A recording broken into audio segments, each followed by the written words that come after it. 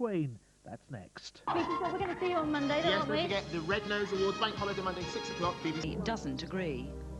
Having decided on the company that I was going to insure with, I felt quite satisfied. I got a good deal until there were articles in the local press stating that the island as a whole, the householders in the island as a whole, were paying a surcharge on their premiums because of the risk of subsidence.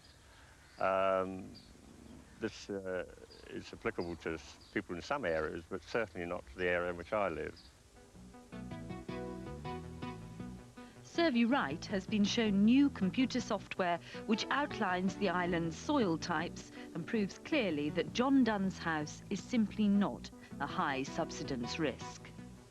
Whilst there are some areas of the island where there is a risk of subsidence, the vast majority of them there is no risk, and I see no reason why any islander in an area where there is no risk should pay a higher premium than anybody anywhere else in the country. So why are so many people all over the region having to pay hefty insurance premiums when their homes are not at risk from subsidence? The answer lies in your postcode. After the rush of claims in the early 90s, insurance companies adopted the Royal Mail postcode system to divide the country into risk areas. But they didn't, as you might think, use the whole of the postcode, which defines areas to the nearest 15 houses. Many insurance companies simply decided to use only the first bit of your postcode, which lumps you together with another 8,200 houses round about you. And as a result, very general assumptions about whole areas were made. And these assumptions continue. We asked 11 insurance companies how much of the postcode they used in order to assess subsidence risk. Only 2 said they used the full postcode. Those using a part of the postcode to the nearest 2,500 addresses, only 4. But most admitted that they only used the first part of the postcode to assess subsidence risk.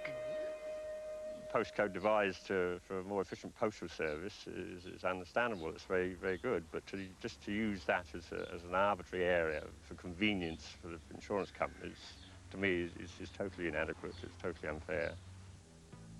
But the insurance companies no longer have any excuse for continuing to categorise and label large numbers of properties in such a crude and inaccurate manner. Computer technology now exists that combines geological soil information with the full postcode to give a detailed assessment of risk. But are they using this technology? No.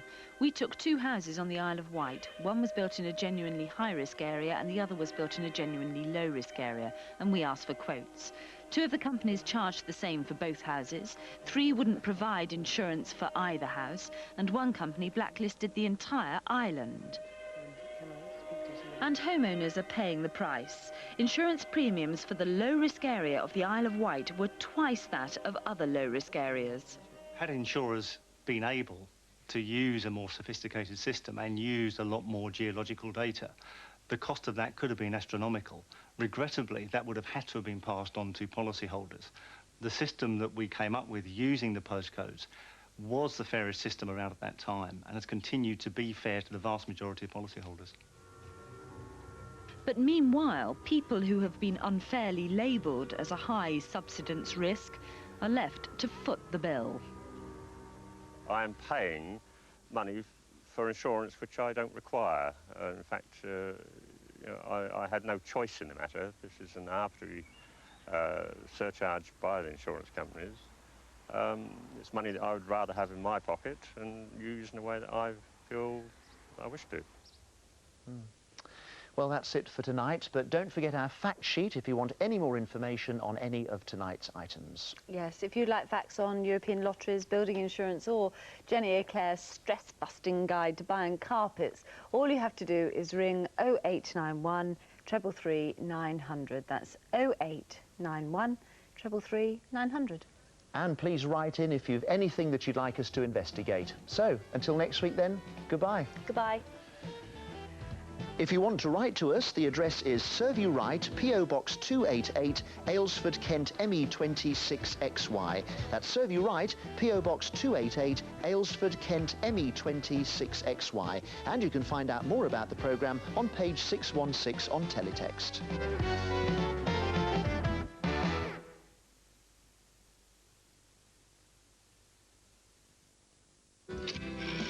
Hope there's no after-hours drinking going on. He's not home yet. Zach, it's basically right. There's a problem. Heartbeat, Thursday at 8:30 on Meridian. Next tonight on Meridian, Gregory Peck stars in our suspense thriller, The Chairman. What happens when you choose a baby break mortgage from Bradford and Bingley?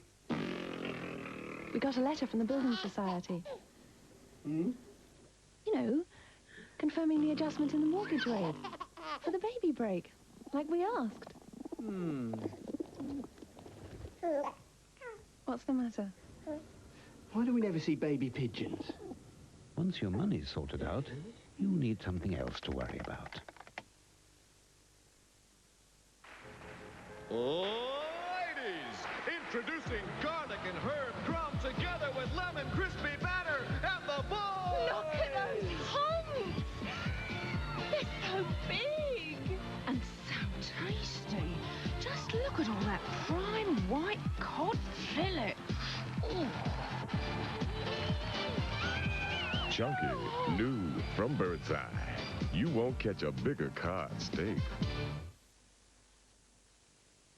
Our programmes through the night tonight include, a little later on, music with a full review of this week's UK album charts on The Album Show. That's at 10 to 3. Richard Jobson presents Hollywood Report at 10 to 4. This week looking at the new Steven Spielberg movie, Casper, which is based on the cartoon character Casper the Friendly Ghost. There's more music with this week's chart show at 4:15. Then it's Adventure at 5:10.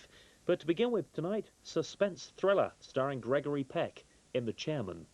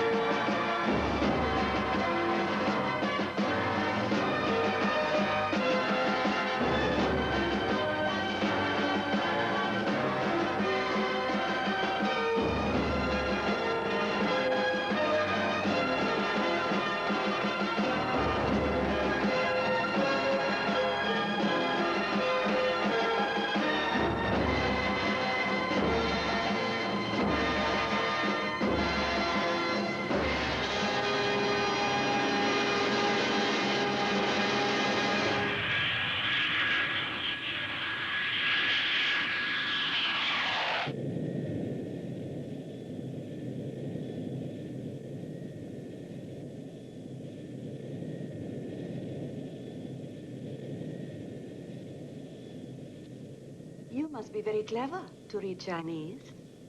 Oh, I'm just playing it safe. Who knows? They might win.